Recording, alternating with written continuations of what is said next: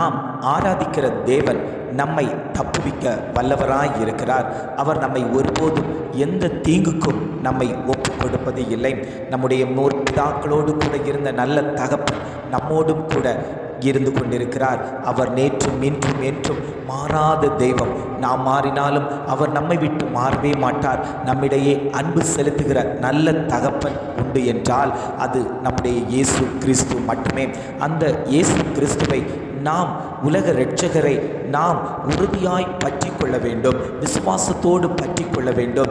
என்னுடைய காரியத்தில் ஜெயம் உண்டாக வேண்டும் என்று அநேக வேதனையோடு, வருத்தத்தோடு, அநேக பாரங்களோடு துக்கித்து கொண்டிருக்கிறார்கள். ஆண்டவர் சொல்லுகிறார், நான் உன்னை கைவிடுவது இல்லை. நான் உன் கைகளை பிடித்து கொண்டு நீ எந்த லெக்கை நோக்கி ஓடிக்கொண்டிருக்கிறாயோ அந்த லெக்கை நோக்கி நான் உன்னை கூட்டிக் கொண்டு சேர்ப்பேன் என்று ஆண்டவர் வாக்கு கொடுக்கிறார். பிள்ளைகள்